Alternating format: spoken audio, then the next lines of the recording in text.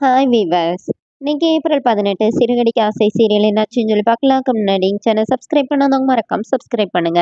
இன்னைக்கு என்ன அப்படின்னு சொல்லி பார்த்தீங்கன்னா, இங்க வந்து முத்து, மனோஜ், அப்புறமா வந்து ரவி 3 பேரும் மேல உட்காந்து பேசிட்டு இருக்காங்களா, அதே மாதிரி கீழே வந்து மீனா, ஸ்ருதி, ரோஹிணி இவங்க 3 பேருமா பேசுறாங்க. டீ குடிச்சிட்டே அப்போ உடனே ஸ்ருதி என்ன சொன்னாங்கன்னா, இப்பெல்லாம் வர வர நமக்கு வந்து இது வந்து ஒரு டீ ஸ்பாட்டாவே ஆகி போயிருச்சு அப்படிங்கிற மாதிரி சொல்லி ஜாலியா பேசிட்டு இருக்காங்க. அப்போ மீனா என்ன சொல்றாங்கன்னா, ஆமா உங்களை நாங்க ரொம்ப மிஸ் பண்ணோம், நீங்க நல்ல வேளை வந்துட்டீங்க அப்படின்னு சொல்லிட்டு இருக்கும்போது ரோஹிணி என்ன கேக்குறாங்கன்னா, ஆமா நீங்க எப்படி வந்தீங்க, நான் கூட நீங்க வரமாட்டீங்க, முத்து வந்து உங்க வீட்டுல மன்னிப்பு கேட்டாதான் வருவீங்க அப்படின்னோடனே இப்ப மீனா என்ன கேக்குறாங்க, ஏன் அவங்க அப்பா வந்து இவர் என்கிட்ட மன்னிப்பு கேட்பாரானோடனே, என்ன மீனா நீங்க இப்படி சொல்றீங்க அப்படின்னு சொல்லி ரோஹிணி கேக்குறாங்க. அப்போ உடனே ஸ்ருதி சிரிச்சுக்கிட்டே சொன்னாங்க, அவங்க கேக்குறதும் கரெக்ட் தானே, எங்க அப்பாவும் ஓவரா தானே பேசினாருனோடனே இப்ப ரோகிணிக்கு அப்படியே இதாயிருது. ரோகிணி மீனாவே பிளேம் பண்ற மாதிரியே பேசுறாங்க.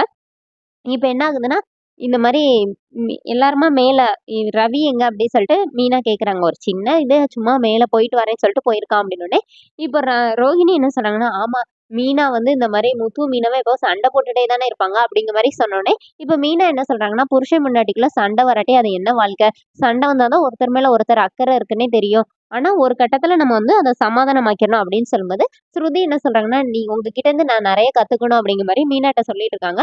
ரோஹிணி அப்படியே வேணும்னே வேற வேற பேசி இது பண்றாங்க. ஆனா ஸ்ருதி வந்து எல்லாமே பாசிட்டிவாவே எடுத்துக்கிறாங்க. இங்க அண்ணன் தம்பி இவங்க 3 பேருமா பேசிட்டு இருக்கும்போது ஸ்ருதி ஃபர்ஸ்ட் கீழ இருந்து கால் பண்றாங்க ரவிக்கு. இந்தா நான் வந்துட்டேன்னு சொல்லிட்டு ரவி ஓடிடுறாரு. அப்புறமா மனோஜ் கால் வந்தோடனே மனோஜ் ஓடிடுறாரு.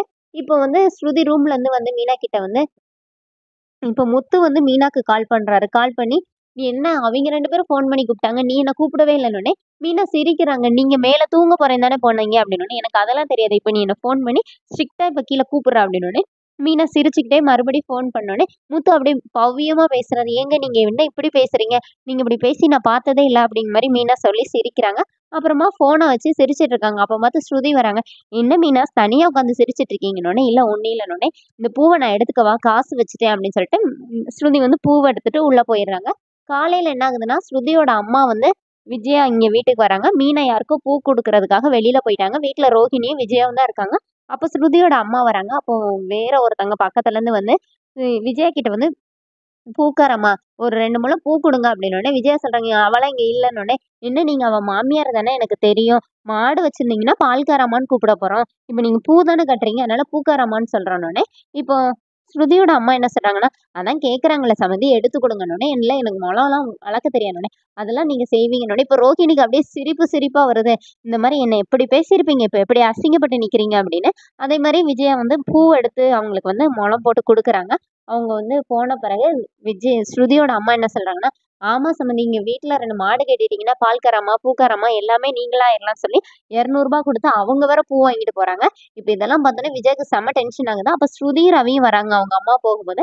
அவங்க அம்மா கிட்ட வந்து ஸ்ருதி கேட்குறாங்க, யார்ட்ட பூ வாங்கிட்டு போறீங்க? அப்படின்னோனே, இந்த மாரி உங்க அத்தை தான் தந்தாங்க அப்படின்னு சொன்னோனே, இப்போ ஸ்ருதி வேற சும்மா இல்லாம விஜயா கிட்ட போய் சொல்றாங்க, மீனாக்கு ஹெல்ப் பண்ணணும்னு நினைச்சீங்களா ஆன்ட்டி?